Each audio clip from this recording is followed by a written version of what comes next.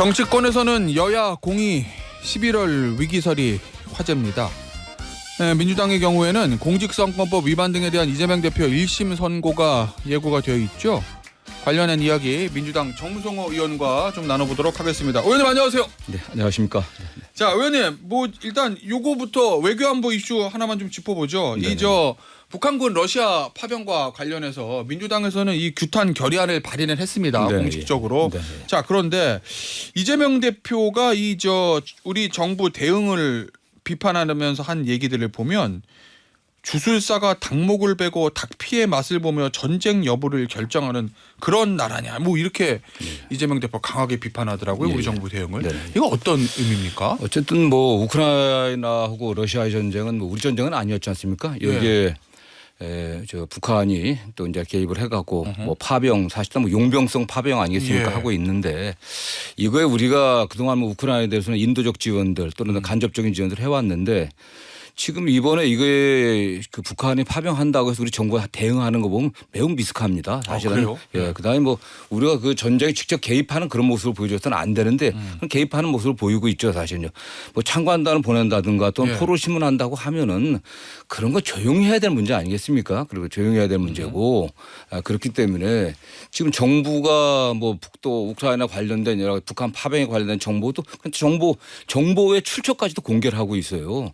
저는 그래서 이게 어떤 의도를 갖고 이렇게 하는지가 좀 상당히 의심스럽고 그냥 국제 전쟁에 왜 우리가 직접 북한이 개입한다고 해서 우리도 직접 개입할 수는 없는 거거든요. 사실 개입해서는 안 되는 거죠, 사실은. 또 러시아의 관계도 또 파국적 관계라고 하고 또 그렇게 됐을 때 남북한의 군사적 긴장이라든가 어쨌든 그런 적대적인 또 관계가 더 나아가갖고 국제적인 분쟁이 있을 수 있는 가능성도 있지 않겠습니까? 그랬을 때 러시아가 또 어떻게 나오겠습니까? 그렇기 때문에 매우 즉흥적으로 생각 없이 하는 게 아닌가 그런 생각이 좀 듭니다. 네. 그 참관단 보내는 것 자체 이게 문제가 있다. 다른 의도가 있다. 뭐 혹시 이렇게 생각하고 저는 계세요? 그 자체보다도 물론 뭐 어쨌든 우리가 북한이 개입하고 있기 때문에 북한은 우리의 뭐 주적 아니겠습니까? 그래서 그렇긴데 개입하기 때문에 여러 개 상황들을 파악할 필요 있지만은 그걸 정부가 그런 식으로 공개하면서 그렇게 할 그런 건 아니겠죠, 사실. 참관단 보내더라도 조용히 보내는 게 맞지. 그렇죠. 비공식적으로 비공개적으로도 가능한 한 우리가 어떻게 움직이는지를 저기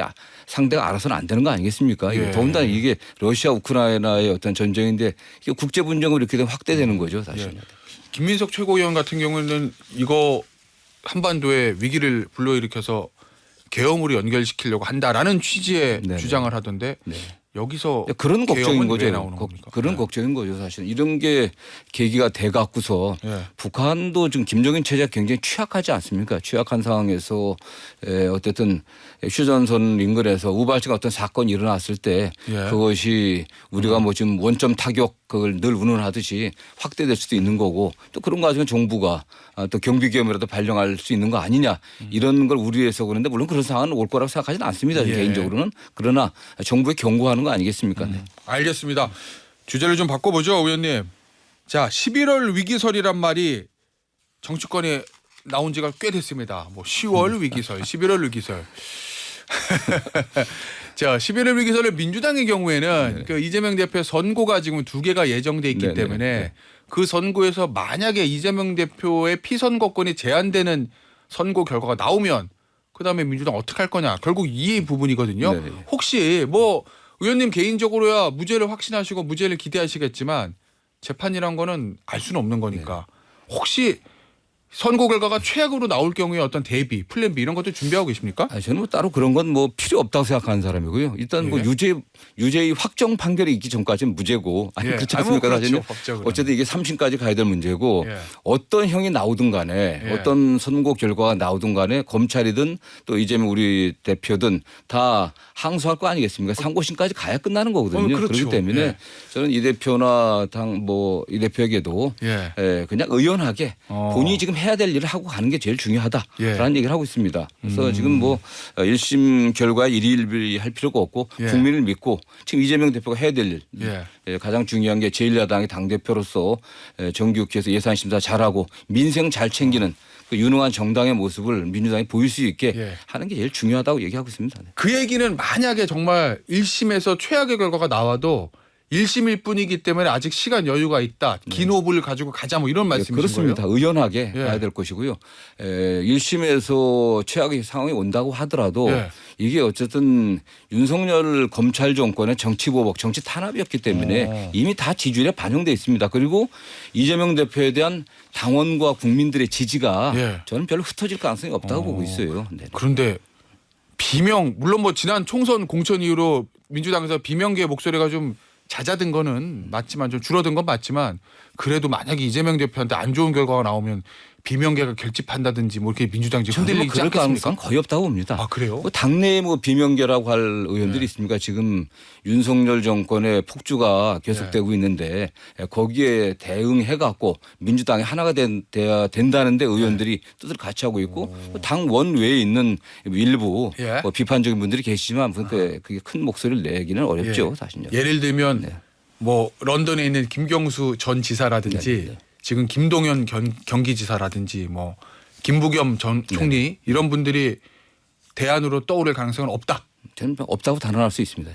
그 정도로 이재명 대표의 당내 장악력이 공고하다 이런 말씀이신 거죠? 장력이보다도 예. 당원과 지지자들, 국민들의 지지가 높다, 또 견고하다라고 저는 생각하고 있습니다. 그럼 민주당의 당원들이나 지지자들이 윤석열 대통령을 대항할 사람 다음 민주당의 정권을 다시 찾아올 사람은 지금으로서는 이재명 대표가 유일무이하다 이렇게 생각하고 대안이 있다는 없다고 거예요? 다들 생각하고 있죠. 알겠습니다. 자 그런데 이 장외 집회를 할 예정이 돼 있습니다. 민주당이 일단은 이번 토요일부터 장외 집회에서 서명 운동을 한다고 하고 이게 국민의힘 쪽에서는 이거 말이 김건희 여사 관련된 거를 겉으로 내세우지만 속으로는 결국 이재명 대표 방탄을 위해서 여론몰이 하려는 거 아니냐 뭐 이런 시각을 좀 가지고 있는 것 같거든요. 국민의힘 쪽에서는 어떻게 보세요? 그 이재명 대표의 그 11월 그 두 건의 사건은 예. 뭐 법원에서 뭐 결심하고 근데 선고기일이 잡힌 거 아니겠습니까? 예. 거기에 뭐 어떤 영향을 미치겠습니까? 저는 대한민국 법원의 판사들이 그런데 뭐 정당에서 장외 집회를 한다거나 그렇게 한다고 해서 거기 영향받는다고 생각하지는 않고요. 뭐 헌법과 법률의 양심에 의해서 독립적으로 소신껏 판단하려고 좀 보고 있습니다. 다만 지금까지 검찰의 일방적인 주장들이 많이 언론에 나와 있었거든요. 그래서 정말 법리와 증거에 따라서 좀 엄정하게 판단했으면 좋겠다는 생각을 갖고 있고 더구나 이 사안 자체를 본다고 하면은 지금 도대체 민주주의 국가에서 이런 정도 사안 뭐 토론회 과정에서 대담 과정에서 국정감사 과정에서 뭐 발언한 걸 갖고서 허위사실 유포다. 그래 피선거권은 박탈하겠다. 그다음에 20년 전의 사건을 갖고서 좀 사실대로 얘기해달라. 이걸 갖고 이중교사했다. 이런 걸 갖고 그 제1야당의 당대표를 이렇게 정치 생명 끊겠다고 달라든 이런 예가 전 찾아본 적이 없습니다. 저는 뭐 어쨌든 대한민국이 국민 주권주의 나라 아니겠습니까? 국민이 선출한 국회의원이고 제1야당의 당대표이고 가장 유력한 차기 대권 주자 아니겠습니까?에 대해서 법원에서도 보다 신중하게 증거에 의해서 판단할 것으로 보고 있습니다. 그 민주당이 하는 장외 집회라든지 현 정부에 대한 강한 압박, 공세 이거는 재판과는 무관하다. 뭐 재판과 관계없는 거죠. 판사들은 영향을 받지 않을 거다. 뭐 이런. 근데 지금 보니까 당에서는 뭐 무죄 탄원 서명 운동하고 뭐 지지자들에게 무죄 촉구하는 탄원서 보내주세요 재판부로 이런 거 한다던데. 자연스러운 거 아니겠습니까? 그게 뭐 저기 일반적 저도 뭐 국회의원이기 때문에 동네 지역 주민들이 뭐 사고 나고 그렇게 되면 뭐 탄원서 써달라는 얘기 많이 합니다. 뭐 저는 그런 의미에서 당원들이 좀 억울하다. 더군다나 이건 정치 탄압, 정치 보복이었기 때문에 어쨌든 희생당하고 있기 때문에 판사들이 좀 잘 판단해 달라 그런 거 아니겠습니까? 네. 그 어쨌든 그런 것들을 국민의힘 쪽에서는 법원에 대한 압박 아니냐 이렇게 얘기하는데 그렇게 볼 건 아니다 이런 말씀이시군요. 자 알겠습니다. 자 이거 좀 보죠. 오늘 보도가 됐던 내용인데 이 심우정 검찰총장 탄핵 추진 요거 이제 보류하는 쪽으로 방향을 잡고 있다는데 맞습니까? 뭐 아직 공식적으로 제가 결정된지는 정확히는 잘 모르겠고요. 다만 뭐 탄핵이라는 게 어쨌든 뭐 그 직무집행함에 있어서 헌법과 법률을 위반해야 되지 않겠습니까? 그런데 심우정 총장이 직접적으로 여기에 어떤 최근에 도이치모터스 사건 뭐 무혐의라든가 일련의 사건에 관련해 갖고서 뭐 책임이 있는지는 조금 애매하죠 사실은 그런 면에서는요. 수사지휘권이 배제돼 있었을까요? 그러니까 보류하는 게 맞다는 입장이세요, 의원님? 저는 어쨌든 탄핵은 좀 신중해야 되지 않겠습니까? 좀 어쨌든 법적 요건도 잘 갖춰야 될 것이고 그러한 어쨌든 위헌 위법 행위가 좀 중대하고 명백해야 되지 않겠습니까? 이게 또 헌법재판소에서 판단을 받아야 되기 때문에 좀 신중하게 해야 된다는 생각입니다. 의원님 지금 저 김건희 여사 특검법이 올라가 있고 네네. 여당에서는 특별감찰관 네네. 이 문제를 가지고 지금 내용이 좀 있습니다. 네네. 만약에 한동훈 대표의 주장대로 이 북한 인권재단 추천 이거와 무관하게 국민의힘에서 자 특별감찰관 추천합시다 해주세요 민주당이라고 나오면 민주당은 어떤 입장을 취하시겠습니까? 저는 특별감찰관이 네. 특검법의 대안이 될 수 없다고 생각합니다. 뭐 특별감찰관은 예. 아직 일어나지 않은 사건들, 대통령의 친인척 비서관들 이런 분들이 비위를 저지르지 않게 예방하는 효과가 있는 거지. 예. 이미 김건희 여사에 관련해서는 많은 그 위법행위 의혹들이 지금 있거든요. 예. 그걸 조사하는 건 특감이 할 수가 없습니다. 그렇기 때문에 특감은 특감대로 하는 거고 예. 특검은 특검대로 해갖고 어쨌든 이 빨리 나라를 안정시키는 게 좀 필요하다고 보고 있습니다. 오, 알겠습니다. 자, 그런데 김건희 여사 특검법이 꼭 필요하다는 말씀이시잖아요. 네, 그렇습니다. 네. 지금 민주당에 발의한 특검법은 또 대통령 거부할 거고 한동훈 대표도 안 된다라고 하고 있기 때문에 아마 재의결 문턱을 넘기기가 쉽지는 않아 보이는데 결국에는 국민들이 예. 어떻게 생각하겠습니까? 한동훈 대표도 결국 예. 국민 눈높이에 맞추겠다, 민심을 따라가겠다 이런 취지의 말을 여러 번 했거든요. 예. 한동훈 대표도 궁극의 목표가 다음 대통령 선거 나가는 거 아니겠습니까? 예. 전 그렇다고 본다고 하면 국민의 눈높이를 벗어날 수는 없겠죠. 결국은 여당 의원들도 시간이 가면 갈수록 예. 이 문제가 해결되지 않으면은 예. 여당이나 또 정부나 대통령이나 어떠한 국정 동력도 회복할 수 없을 겁니다. 예. 어떤 여당이나 대통령이 국정 동력을 회복하려고 하면 김건희 여사 문제를 털고 갈 수밖에 없다고 저는 생각합니다. 자, 의원님, 김부겸 전 총리가 지난번에 저희 방송 출연하셔서 인터뷰 저랑 하실 때 뭐라고 말씀하셨냐면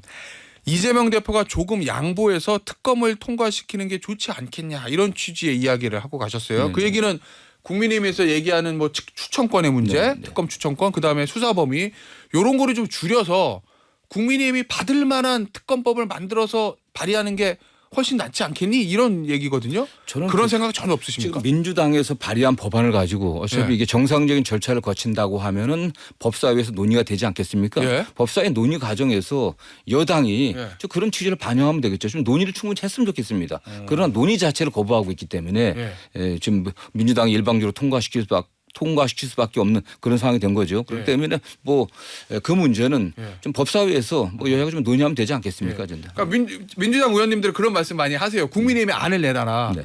근데 뭐 국민의힘이 뭐를 위헌적으로 보고 있는지는 지금 뻔하니까 네네네. 아예 그냥 민주당에서 국민의힘이 받을 수밖에 없는 거절하기 힘든 그 현실적인 안을 딱 만들어서 발의하는 게 확률이 좀 높지 않겠냐 뭐 그런 취지거든요. 원래 그 타협을 하려고 하면 좀 예. 세게 주장하고 서로 양보를 해야 되거든요. 민주당이 세게 주장하고 예. 법사위에서 논의하면 됩니다. 그런 부분 정도는. 그래갖고 그래요? 타협안을 만들면 되는 거죠. 사실은.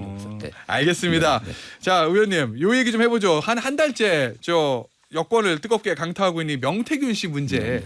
어제 공개된 녹취록에 보면 김영선 전 의원의 2022년 재보궐과 관련해서 뭐 김 여사가 전화 왔다. 네네네. 예. 나한테 선물이라고 했다. 명태균 씨가 이렇게 말하는 녹취록이 공개가 됐습니다. 물론 명태균 씨는 김 여사가 그렇게 얘기한 적 없고 본인이 좀 지어낸 얘기다 이렇게 이제 말을 해명을 하긴 했습니다만 이 명태균 씨 의혹의 본질 가장 중요한 부분 이건 뭐라고 보십니까? 저는 뭐 대한민국의 정치의 수준, 민주주의의 수준 이 정도밖에 안 되는가라는 생각도 좀 자괴감도 좀 들고요. 예. 뭐 대통령 후보자 지금 현재 대통령 배우자가 되신 분들의 품격이 이 정도인가라는 좀 참 안타까움이 있습니다. 다만 어쨌든 대선 경선 과정에서부터 이분이 개입했다는 것으로 드러나고 있고 더군다나 주권자인 국민이 선출을 해야 되는 그 국회의원 선거에 대통령 배우자가 이렇게 개입을 해갖고 공천에 영향을 줬다는 것은 상당히 참 너무나 좀 뭐라고 부끄럽기도 하고 있어요. 한심합니다 사실은. 그러나 명태균 씨가 한 일련의 발언들 녹취록 공개한 것들을 보고 또 강혜경 씨 국회에서 어떤 증언들을 보게 되면 상당히 개연성이 높은 것 같아요. 개연성이 높은 것 같고 정말 이거 중대한 어쨌든 일종의 국정농단 아니겠습니까? 당이 아무 관계도 없는 분이 공천 과정에 개입해 갖고 후보자를 바꾸고 누구 특정인 공천 주고 하는 건 문제가 되는 거겠죠. 알겠습니다. 자.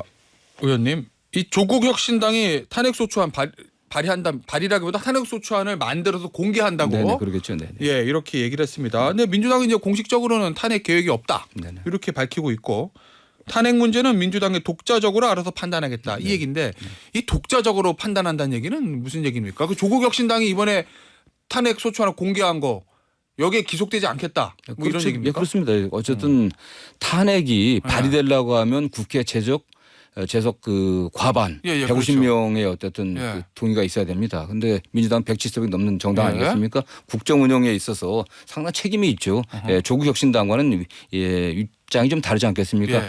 책임을 져야 되기 때문에 저는 거기에 대해 신중하게 된다고 보고 있고요. 다만 대통령 탄핵하려고 하면 대통령 국민이 선출한 분 예. 아니겠습니까? 국민이 선출한 대통령을 그 자리에서 끌어내 갖고 일시적인 헌정등단의 사태가 벌어지는 거 아니겠습니까? 예. 그러려고 하면은 국민들이 납득하기에 도저히 이 사람을 그 자리에 둬서는 안 되겠다고 하는 정도의 국민 다수의 여론이 있어야 되지 않겠습니까? 저는 그런 것들을 좀 봐야 된다고 보고 있습니다. 네. 예. 아직은 좀 때가 무르익지 않았다. 뭐 이런 입장이신 것 같아요. 뭐 그렇게 볼 수도 있고요. 예. 어쨌든 국민 결국 탄핵은 예. 국민을 대리해서 국회의원이 하는 겁니다. 국회의원들이 정략적인 입장에서 당파적인 입장에서 국회가 판단할 게 아니고 예. 국민의 입장에서 판단해야 되겠죠. 알겠습니다. 네네. 현실적으로 임기 단축 개헌이 더 현실적이다 이런 목소리도 민주당 일부에서 있다던데 그건 어떻습니까? 저는 윤석열 대통령이 그나마 그래도 현재까지 2년 반이 되도록 아무런 성과를 낸 게 없습니다. 야당 탄압한 것 외에는 아무런 성과를 못 냈기 때문에 예. 성과를 낸다고 하면은 예. 지금 육공화국 헌법이 여러 가지 문제가 많이 있지 않습니까? 지금 권력 구조의 문제도 있고 예. 그렇기 때문에 종합적으로 이걸 좀 바꿔봐야 된다 이런 생각이 있다고 하면 7공화국을 여는 예. 그런 역할을 한다고 하면 윤석열 대통령도 성과 하나 남는 거고 본인도 살고 또 나라도 새로운 우리 국가도 변화의 계기를 만들 수 있지 않겠나는 게 저 개인적인 생각입니다. 네. 알겠습니다. 자, 오늘 인터뷰 여기서 의원님 마무리하도록 하겠습니다. 지금까지 정성호 더불어민주당 의원이었습니다. 의원님 감사합니다. 감사합니다.